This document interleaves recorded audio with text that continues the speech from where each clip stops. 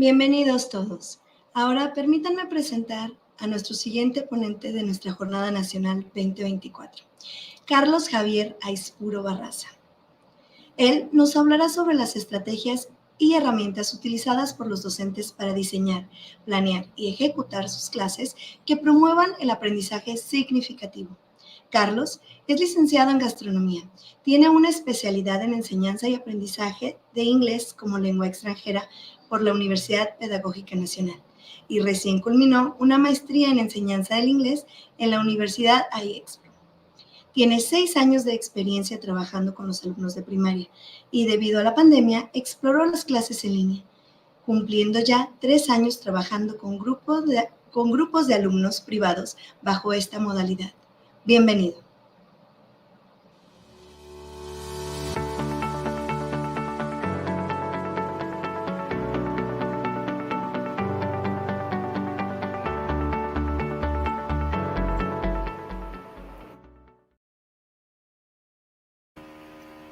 Hello, everybody. It's a pleasure being here with you.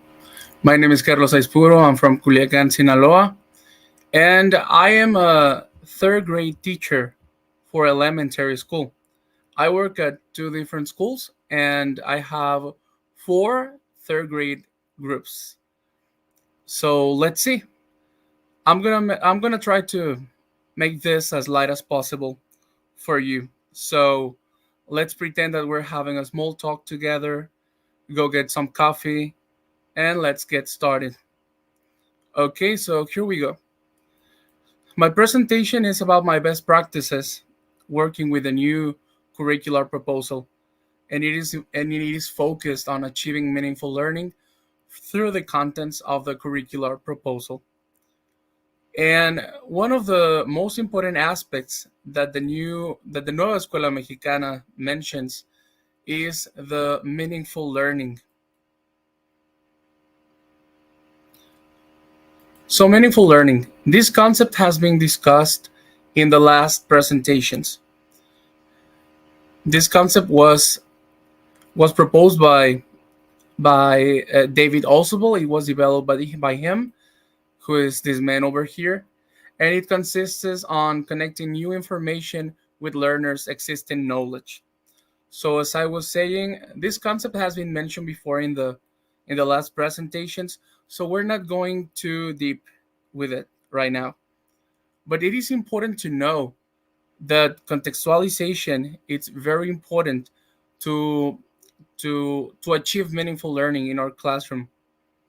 The Nueva Escuela Mexicana that now is focused with the project-based learning, it is helpful to do so, because in the past the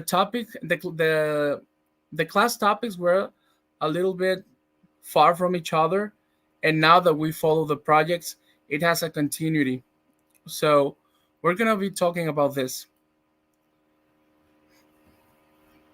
and we're going to start with this one over here. So look at this. Let's make it what? What's the title of this slide? Can you read what it says? I want to see you in the chat commenting. What does it say? Let's make it what? I'm reading you in the chat. There's people from all around Mexico. That's pretty good. Inclusive. Perfect. Thank you so much. Intelligent people here. Nice. So yes, let's make it inclusive. And maybe some of you are thinking, what happens to you? Don't you know how to use the correct fonts to make a title? And yes, I really know how to do it, but I did it on purpose. What do you think is the reason of choosing this type of font? Let's make it inclusive. What do you think about that? Why was that my decision on choosing this?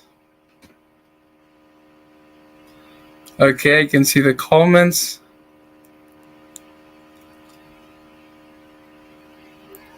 Okay, so variety in a class. That's right. Very good. to catch the attention, to check if we're involved. Okay. Pretty good. Excellent. I see that you're getting it, catching attention, to see the students notice. Okay. So the intention here is, look at the different fonts. I'm using 4 different fonts here. Let's make it inclusive. And with this, I want to be specific on the fact that in the classroom we have many different kinds of students, and many of them have special needs. And as a title, for many of you, maybe it was difficult to read the inclusive part. And it's a metaphor, actually, because sometimes in the classroom, we have the students that we say, it is difficult to get what this student is going through, or it is difficult to me to address this student and to help him because of the special need or the special conditions that the different students have. But the thing is that we need to try. So that's the intention of the title here. Okay, so inclusion. This is one of the most important parts of Nueva Escuela Mexicana, and it is an important part to achieve a meaningful learning. Diversity, that's right. Very good comments in the chat. So, one of the concepts that Nueva Escuela Mexicana is trying to emphasize on is classroom community. What is classroom community and why is it important? Well, a classroom community, it's all the group of people that we have in the classroom, including the teacher, including every single student, no matter what and no matter why. And it says that classroom community promotes a safe environment with collaborative with collaborative learning and inclusion. So it is a responsibility to emphasize on the importance of being part of our community. I want to know, please tell me in the chat, do you think that it is important to make students know that they are part of a community? Be honest, be totally honest.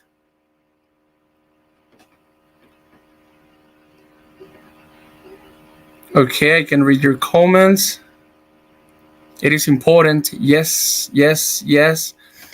And that's what I think too.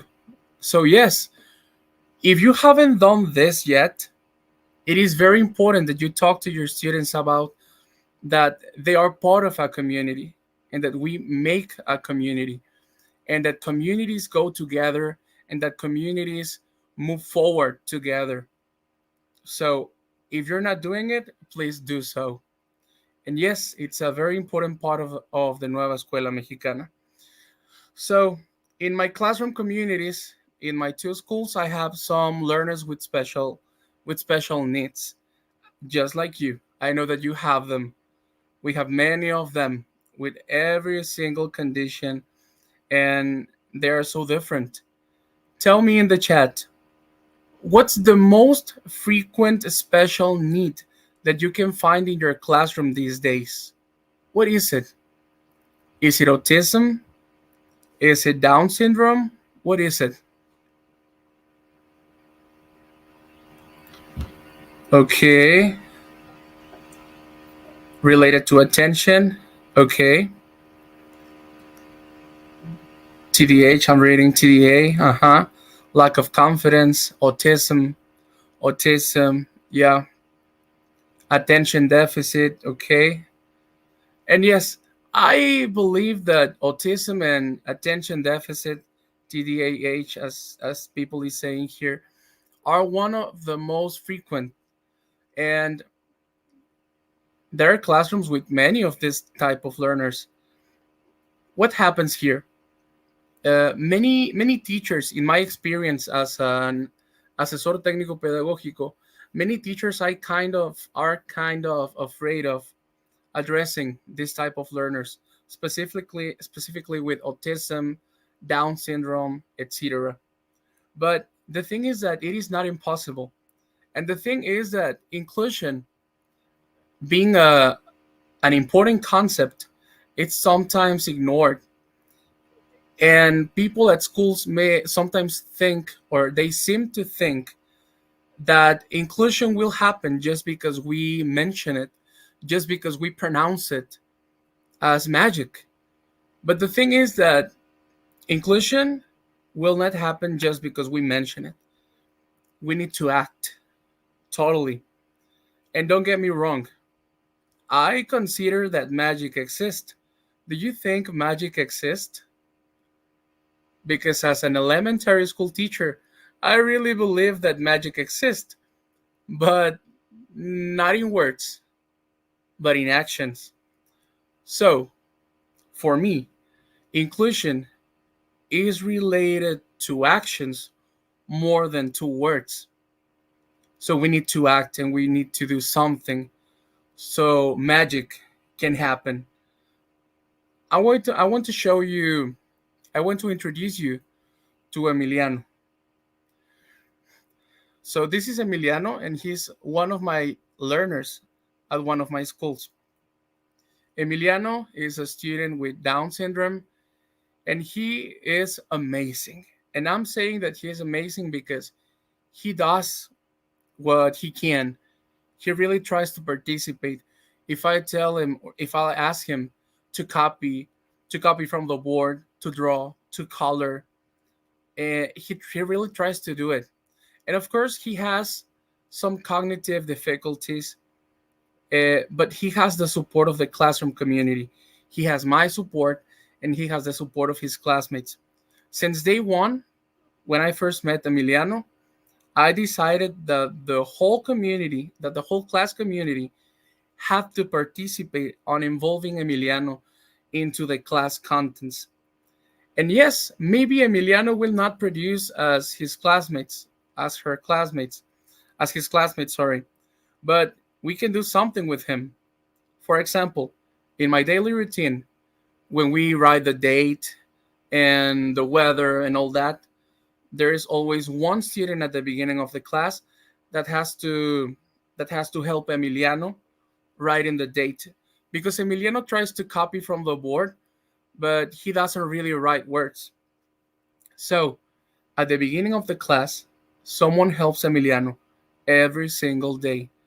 They help him to write the date and to write the weather and to write his name as I ask them to do it. And okay, as you can see in the second picture, the first time that a student asked Emiliano to help him write in the date, he started to hug him, and my heart was melting, because we could notice his gratefulness because he was being helped by others. And I won't lie, at the beginning, even students were like afraid of approaching Emiliano and asking, "Hey, can you give me your notebook so I can help you?" They were kind of afraid. And Emiliano is not aggressive, but even them, they're not well prepared to address this kind of situations, or to help with the necessary empathy that this topic needs. But we need to work in it, and it is our responsibility to do so. In the next picture, we have Emiliano working on an adapted activity that we will talk about adapting later. And here he has this copy. He has this special copy that I made for him. Oh, this is another video. Okay, so this is a copy. As you can see, we were working with the water topic. It was third grade. The first project is related to saving water. And this activity, I made it for Emiliano. And yeah, it's simple, as you can see. But the thing with Emiliano is that I don't want him to learn grammar, to be a genius with grammar, because he barely speaks. But I'm working with Emiliano with instructions, with colors, with simple vocabulary that will help him to acquire English at a certain level. So Emiliano is learning instructions. So I made this 3 simple colors, blue, gray, and orange. And when I explained him in English, hey, look at this. You have to, the number ones, you have to color the number 1 with blue. The number 2, you have to color the number 2 with gray. He got it in English, totally in English, because he was paying attention very carefully and he really tries to do what he needs to. So as you can see in the picture of him, he was doing the activity pretty well and he did it. And when he finished, he went to the line to wait for his stamp, because when the class finish an activity, I always give them a stamp. So Emiliano, amazing with him. I have another student, which is Liam, and he's a student with autism. And with Liam, everything is different because he's very interested on certain topics, and I have to adapt myself to him. So with Liam, I'm trying to teach him words that he wants to learn. He doesn't care about the classroom vocabulary or the classroom grammar, but he starts drawing on the board. The other day he started drawing on the board. It was the space. It was the Milky Way. He was drawing rockets and all that. So I tried to teach him words related to that, like rocket and stuff. So different approaches for different needs. So please don't be scared and try to include everyone in the classroom. And I know that some students will not have the cognitive skills enough to produce some things, but we have to try. And yes, maybe we don't have the academic training, sorry, to do so, but we need to investigate. Okay, so we continue. Values, social emotional skills, and critical thinking. Anytime is a good time to focus on values, because remember, teachers, that we're not teaching only grammar or vocabulary, we're teaching values. So it is important to do so. Here we have a picture of Juan, who is 8 years old, and he lives in Pachuca, Hidalgo. This is a flashcard that I created. And when I show my students this flashcard, one of them made a racist comment talking about the skin of this kid. And I was so disappointed and I was surprised, and I had to do something. I stopped the class and I told them, okay guys, what do you think about that comment? Do you think is that correct or what? So I gave a moment to my students to think about the comment that the classmate did, and they reflected on it and they shared their opinions, and they agreed that the comment was not correct. So as it says, anytime is a good time to focus on values. Don't forget the values. Don't ignore those kind of situations. We continue with give students some time to express. And it happens that sometimes when we plan our classes, we don't consider the time for students to express. They want to share their opinion. Yes, as some teachers are commenting there, they want to express, because remember that the English class is sometimes the escape route for students. For real, I know and you know it. The English class is the escape route for many students. They find a shelter in our class and they're interested in it and they want to express. They need it, as Maria de la Luz is commenting there. So yes, we need to plan for a space for them to express. Always give them time to express. My students know that, okay, they can express. I give them the time to participate, but they know that at a certain point we need to continue because the class is short.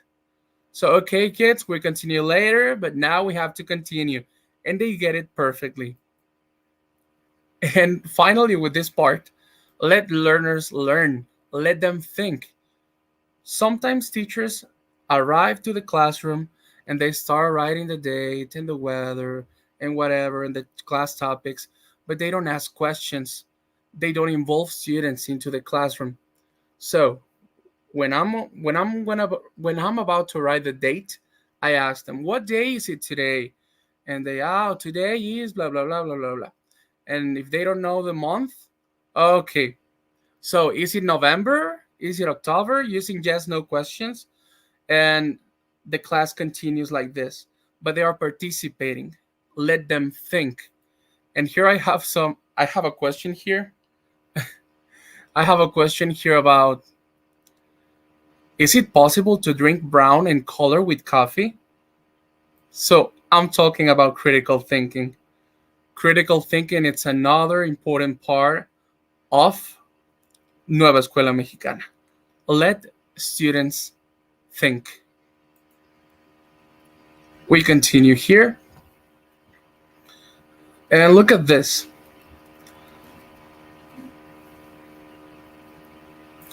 Adapting and acting. It is important to know what to adapt and how to adapt. In my case, here I have the projects and readings book for 3rd grade. And well, this is my material this month of October. This was my material. And the first project is Drop by Drop, the Water is Gone. And it talks about saving water. So look at this. This is one of the readings that appears at the beginning of the lesson, okay? So it has a lot of text. It has a lot of letters, and it was too difficult. So I decided to adapt this, and this was the before, and I want to show you the after.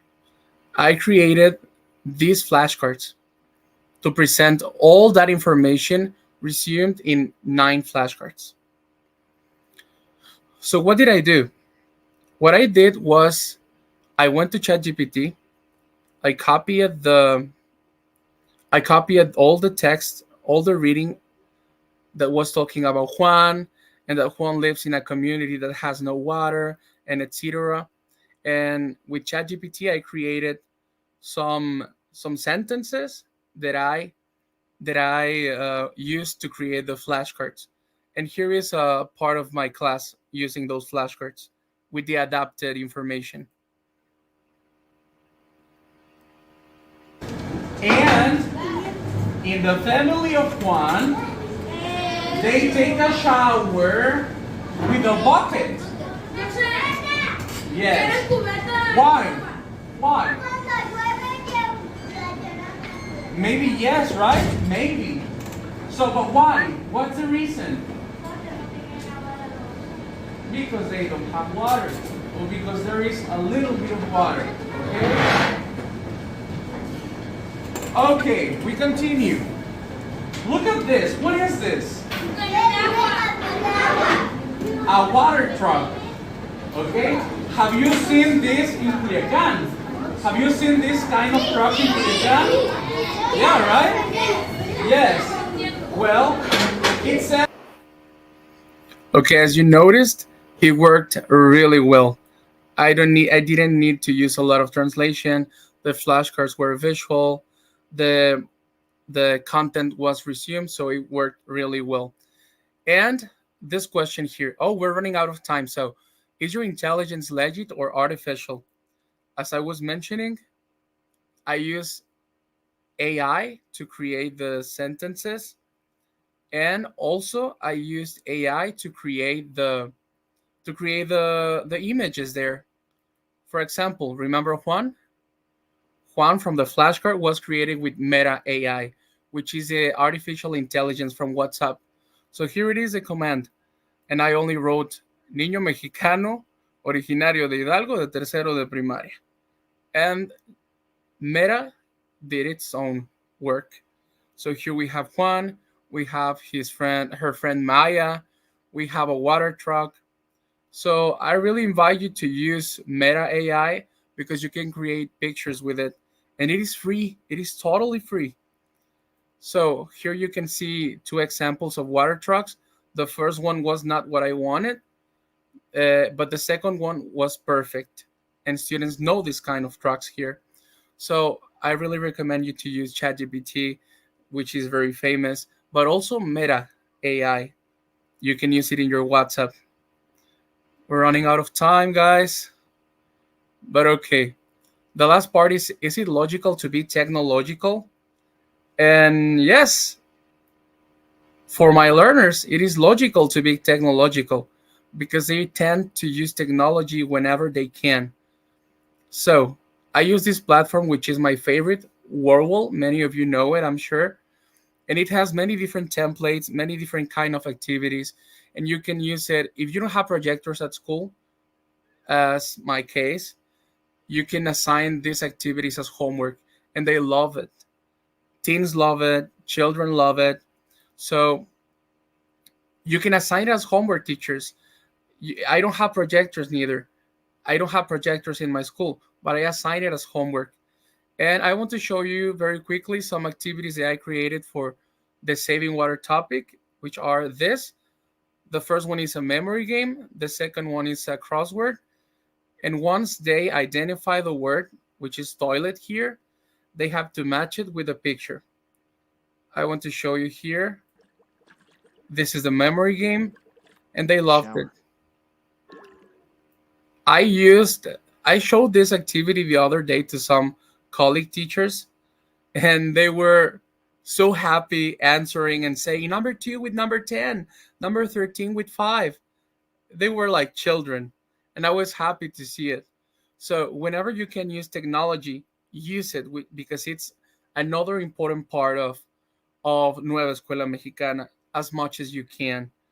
If you can't, well, there's not much we can do, but you can assign it as homework. And well, Ale, you're here. I know. Yes, teacher, unfortunately, time has been running out, and this is a very interesting topic, and there are many, many comments, and I'm sure that you'd like to say your last comment. I'm so happy to be here and seeing that the comments are positive and that everybody is interested on this. And I hope that some of my suggestions will be taken in consideration. So that's pretty cool. Outstanding presentation. Thank you. Thank you so much, Ali. Thank you, everybody. Bueno, pues como saben, pueden volver a ver cualquiera de las sesiones y activar los subtítulos de ser necesario y registrarse, por supuesto, para su constancia, no lo olviden. Y ahora la maestra Rosario Nohemí López Albacar se nos une para continuar hablando de este tema tan cautivador. Rosario es profesional con más de 7 años de experiencia en el sector educativo, comprometida con la excelencia y la mejora continua en la enseñanza. Actualmente cursa una maestría en educación en la Universidad Pedagógica de Sinaloa y posee una licenciatura en docencia del idioma inglés. Ha trabajado en instituciones reconocidas en México y Perú, impartiendo clases de idiomas, asesorando académicamente y participando como conferencista en temas de oratoria y liderazgo docente. Su objetivo es seguir construyendo el desarrollo y éxito de los estudiantes, aplicando su pasión y conocimiento en educación. Bienvenida.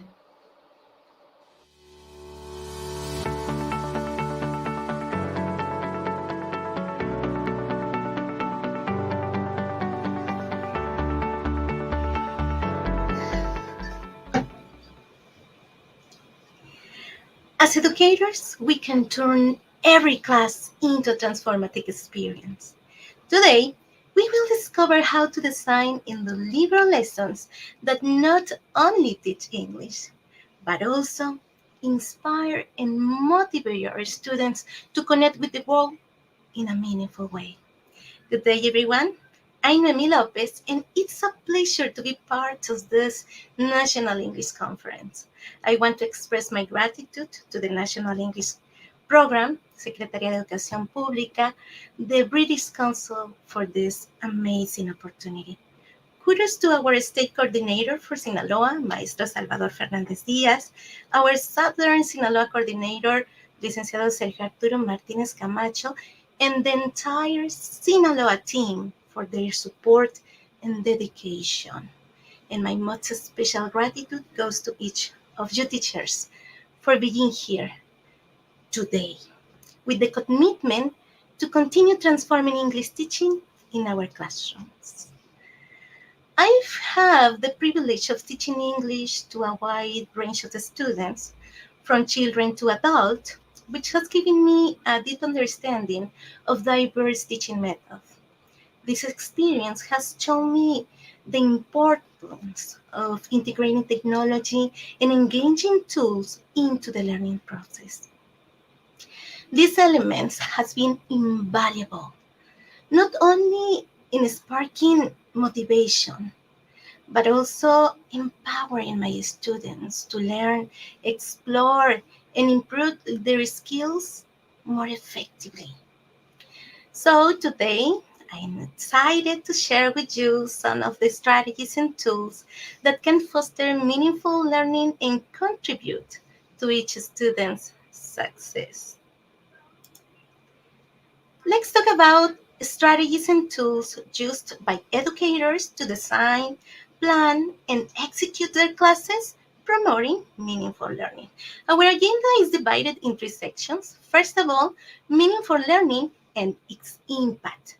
Second, essential Nueva Escuela Mexicana pedagogical strategies and tools for creating and planning our classes and educational materials.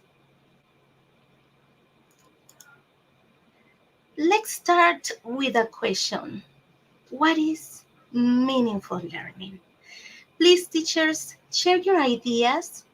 What do you think? I would like to know what is meaningful learning for you. Okay, so I want to read your lines. Yes, it's important to know what is meaningful learning for you, because when we have a clear idea what is meaningful learning, can transform education into a journey of discovery. As educators, we have the valuable opportunity to guide our students on this journey, helping them to connect new knowledge with their experiences and prior learning. Then, precisely, it defines meaningful learning. An approach that goes beyond simple memorization, allowing students to deeply understand and internalize their learning and apply it in real-world situations. La Nueva Escuela Mexicana, through its educational model, aims to transform our educational system to form critical, participatory citizens committed to social well-being. And this approach responds to the current challenges of society, addressing crucial aspects such as inclusion, equity, respect for diversity, and sustainable development, ensuring that learning is not only meaningful, but also relevant to the social context of our students. At this moment, how about we switch to Spanish to discuss the terms suggested by Nueva Escuela Mexicana and how we can connect our classes by designing them with dynamics that promote active learning, making them meaningful and successful. Y hemos llegado a la parte de las estrategias pedagógicas.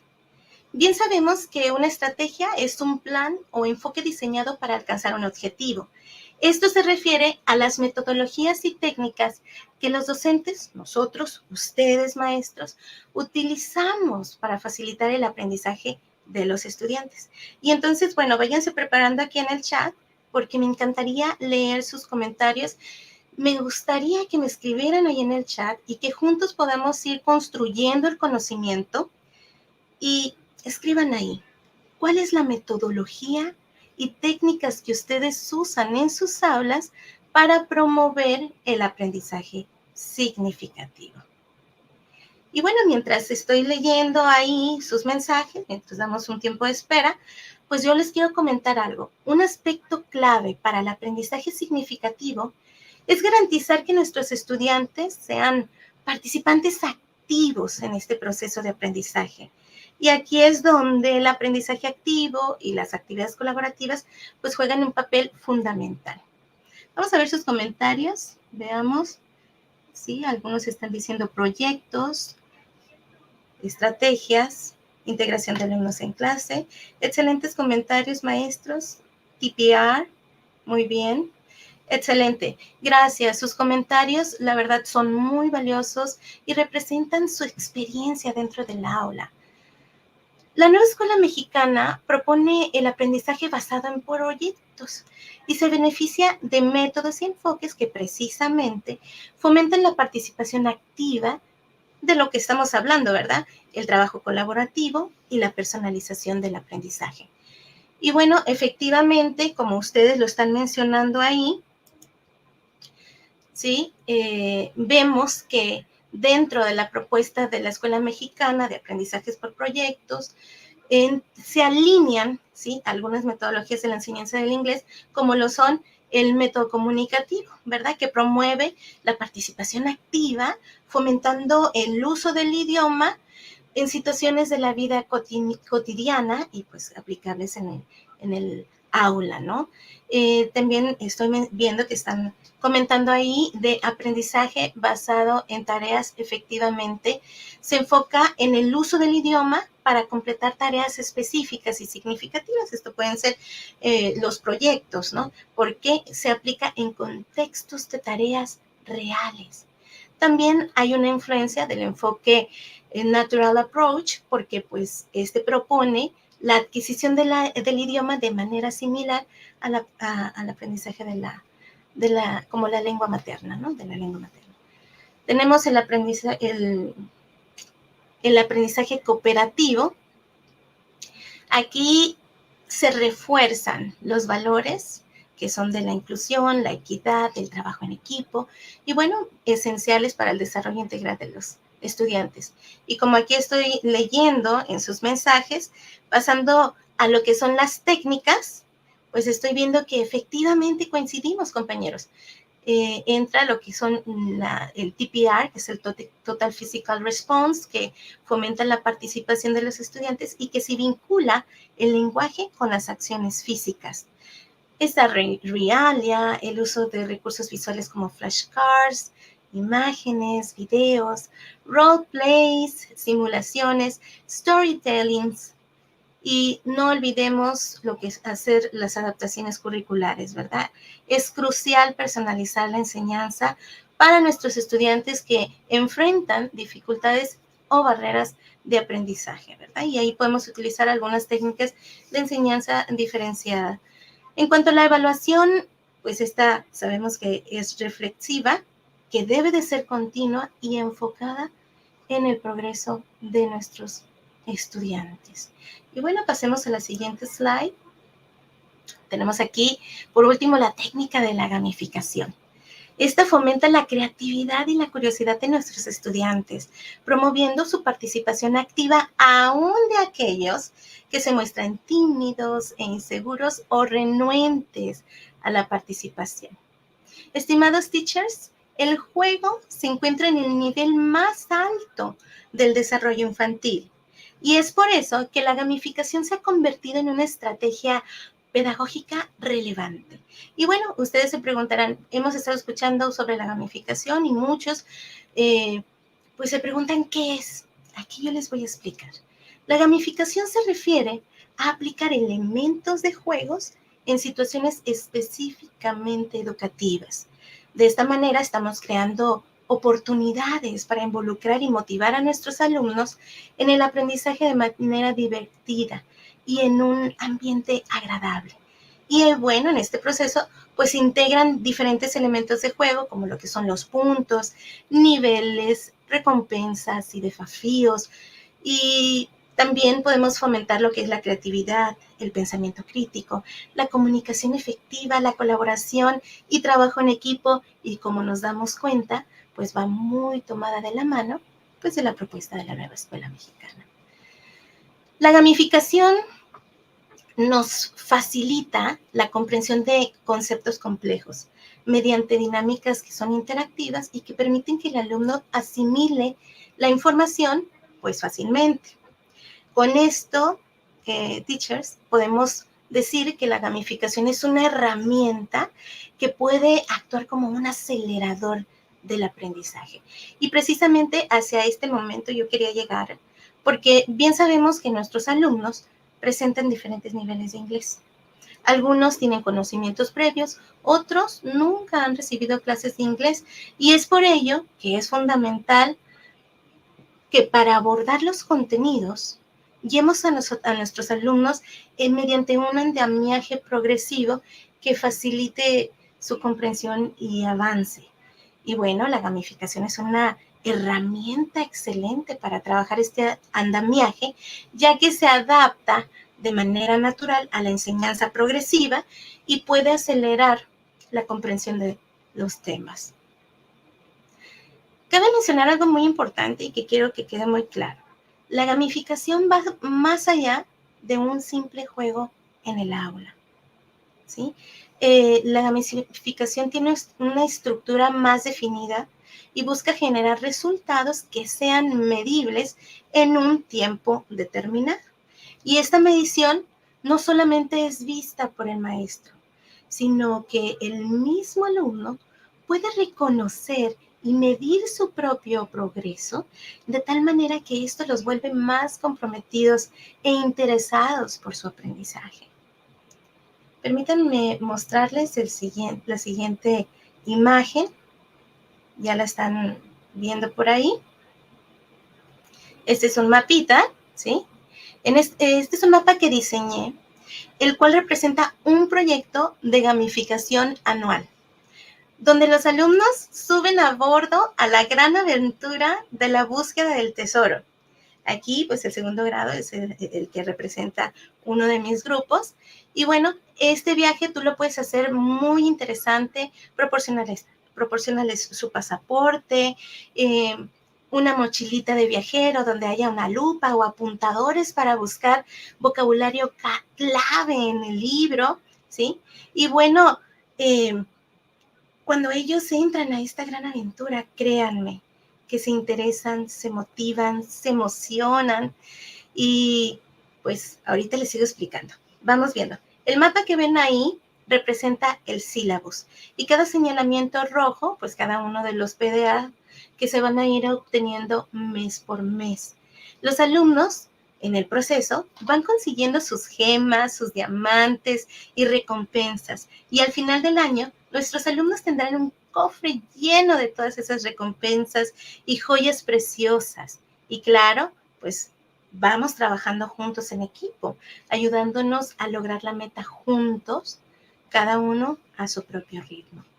Y bueno, ustedes se preguntarán si esto puede usarse sin tecnología. Por supuesto que sí. Podemos implementar, antes que nada me gustaría mencionar que es un concepto erróneo pensar que la gamificación se limita únicamente a la tecnología. Y aquí yo les voy a mencionar algunas actividades que podemos hacer, que ya lo están haciendo porque yo lo leí aquí en el chat, que son los juegos de rol, storytelling. Podemos hacer cuestionarios que les brinden puntos y recompensas a los alumnos, competiciones y desafíos como por ejemplo el Spelling Bee, retos y misiones, cazadores de tesoros como en un viaje como el que yo les estoy mostrando.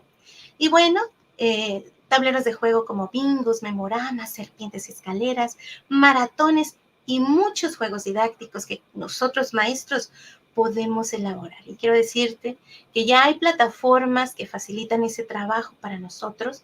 Más adelantito les voy a dar una lista de plataformas que pueden explorar por sí mismos, muy amigables, y en menos de 5 minutos tenemos nuestro recurso didáctico elaborado, listo para presentarlo en nuestras aulas. Y bueno, quiero pasar a la siguiente sección, donde con esta información nos damos cuenta que vamos a tener alumnos felices, ¿sí? Motivados, pero lo mejor de todo, que estamos potencializando su aprendizaje. Y de esta manera nosotros como maestros pues también nos ponemos felices porque podemos admirar el avance de nuestros alumnos. Y bueno, nos volvemos más creativos, tenemos clases más interactivas. Y ahora vamos a ver qué otra forma tienen los maestros de optimizar su trabajo y que esta actividad que cada uno de nosotros hacemos, que es la elaboración de nuestro plan de trabajo, pues sea más óptimo, ¿verdad? Bueno, aquí tenemos unas plataformas que ya la han mencionado, que es el GPT, ¿verdad?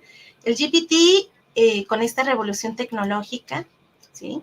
Ya contamos con este aliado que estará de apoyo para la elaboración de nuestras lesson planning, esta inteligencia artificial, que no solamente existe GPT, hay muchas más, pero yo les quiero compartir la que yo actualmente estoy usando, ¿verdad?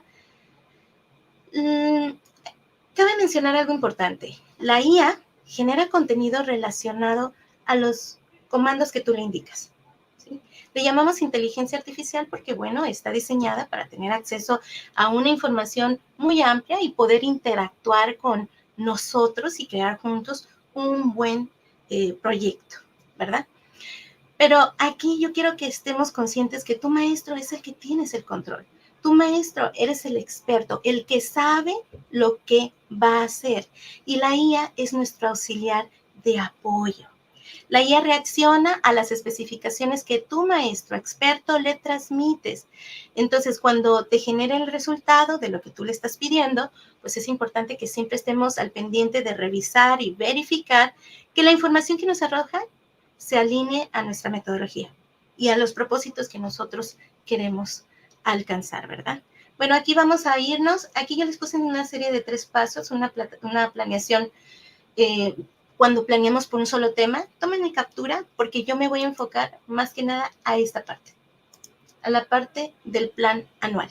Yo traigo una serie de 6 pasos para que tu maestro te ayudes con la inteligencia artificial para generar efectivamente tu planeación con prompts claros y precisos. Cuando tú tienes tu primer contacto con la IA, debe de existir una conexión, ¿sí? Hazle conocerte, a qué te dedicas, tu material de trabajo. Entonces, yo, cuando tengo mi contacto con la IA, yo le digo, vamos a ejercer el rol de docentes expertos, ¿verdad? Porque estamos en ese proceso de crecimiento y juntos nosotros vamos a ir aprendiendo, ¿verdad? Entonces, experto con dominio de las metodologías de la enseñanza del inglés y de la nueva escuela mexicana. Posteriormente, hazle saber el material con el que trabajas, porque si no se lo das, y la inteligencia artificial va a hacer uso de todos los recursos que tiene a su disposición. Entonces, específicamente nosotros vamos a trabajar con nuestro libro y los contenidos que este tiene. Vamos a seguir los PDAs que queremos que nuestros alumnos pues logren conseguir, ¿no? Entonces vamos a compartirle el libro y de ahí lo lee, identifica toda la información y el tercer paso es, ahora sí, elaborar el pacing guide anual. Hay que ser claros y especificarle, lo quiero de septiembre a julio. En mi caso, teachers, yo decidí que julio fuera solamente para review y consolidación de los contenidos. Sabemos que cada uno de nosotros tenemos nuestro propio estilo de trabajo. A mí me gusta esa forma para que ya nada más julio sea dedicado para actividades dinámicas, ¿no? Y sobre todo la gamificación. Aquí estamos viendo que también estoy especificando que me incluya objetivos, PDA, grammar terms y el proyecto mensual. En cuestión de segundos, lee la información, te arroja una propuesta, la revisamos, acuérdense, muy importante. Si hay que hacer ajustes, hay que indicárselos. La IA responde y lo hace a tu manera, ¿ok? Ya que tenemos el pacing guide, ahora sí vamos a comenzar a elaborar las planeaciones de septiembre a julio. Pero recuerda que esto es bajo una metodología. Yo al principio te preguntaba, ¿cuál es la metodología que usas? Métodos, técnicas, ¿cuál es el framework que estás usando? Cada maestro tenemos nuestra propia metodología que nos define, compañeros. Entonces, pues eso se lo tienes que hacer saber a la IA, porque se va a moldear a ti, ¿ok? En el caso de Nohemí, la metodología como lo están viendo aquí, pues yo utilizo como framework el PPP, Presentation, Practice and Production, los métodos que mejor se adaptan A mi enseñanza pues son el comunicativo, TBL, la nueva escuela mexicana, aprendizaje por proyectos. Si tú trabajas con otros más, ahí inclúyelos.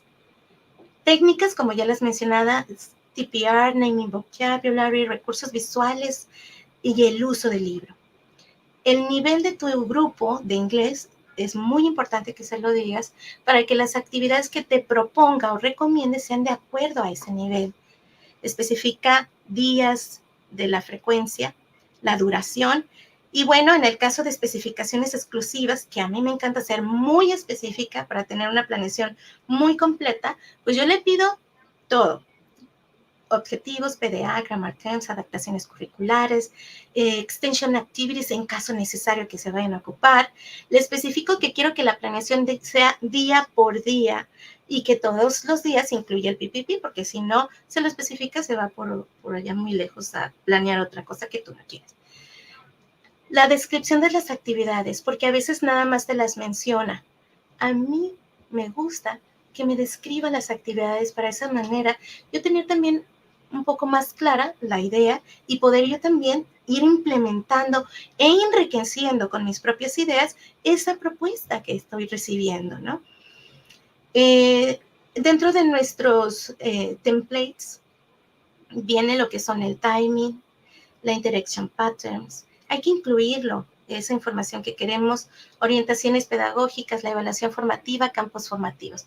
Y bueno, ahora quiero presentarles, me voy muy rápido, han de decir que voy muy rapidísimo, pero acuérdense que tenemos el tiempo muy medido y pues es importante que me vaya rapidito. Pero a ver, creo que ya perdí la página, un segundito por favor, y aquí vamos. Esta es la página, es lo que quiero mostrarles, ¿ok? Aquí tengo ya mi conversación con GPT, desde el primer contacto, no sé si ya lo están viendo por ahí. Nuestro primer contacto es mencionarle el rol que vamos a tomar, están viendo cómo me responde, le estoy diciendo que elaboraremos el pacing guide de las planeaciones, le subo el libro, perdón, voy aquí donde subo el libro, le pido la dosificación y me la entrega en una tabla, en este chart, con todas las especificaciones que yo le pedí. Esto lo podemos nosotros descargar en un documento y nos facilita bastante. Ya está estructurado el pacing guide. Y ahora le vamos a dar el comando que ya les expliqué, compañeros. Aquí verán que es muy largo, pero es necesario para que sean nuestras respuestas que nos da la IA muy precisas. ¿Ok? Entonces ya le digo adelante, porque está atendiendo mi prompt, el comando, me da un panorama general y ahora sí le digo redacta la planeación y comienza a mencionarme todo lo que viene en mi template, porque esto me va a ayudar a llenar mi template, especifica páginas y más, nos dice la semana 1 con sus 3 clases programadas y todas las sugerencias. Recuerda que tú las puedes ampliar, maestro, ¿eh? Esta es propuesta, pero nosotros tenemos nuestro propio, ¿cómo se le llama? Nuestra chispa, ¿no? Queremos ponerle de nosotros mismos ahí. Entonces aquí están las planeaciones. Y asimismo ya tenemos toda la planeación de septiembre y de la misma manera podemos ir avanzando. Ya, voy muy rápido, ¿verdad?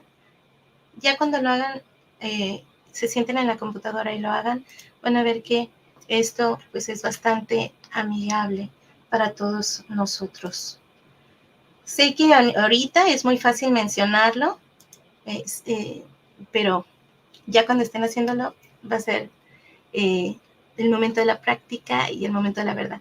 Le quiero pedir, por favor, si me pueden volver a subir la pantalla. Gracias.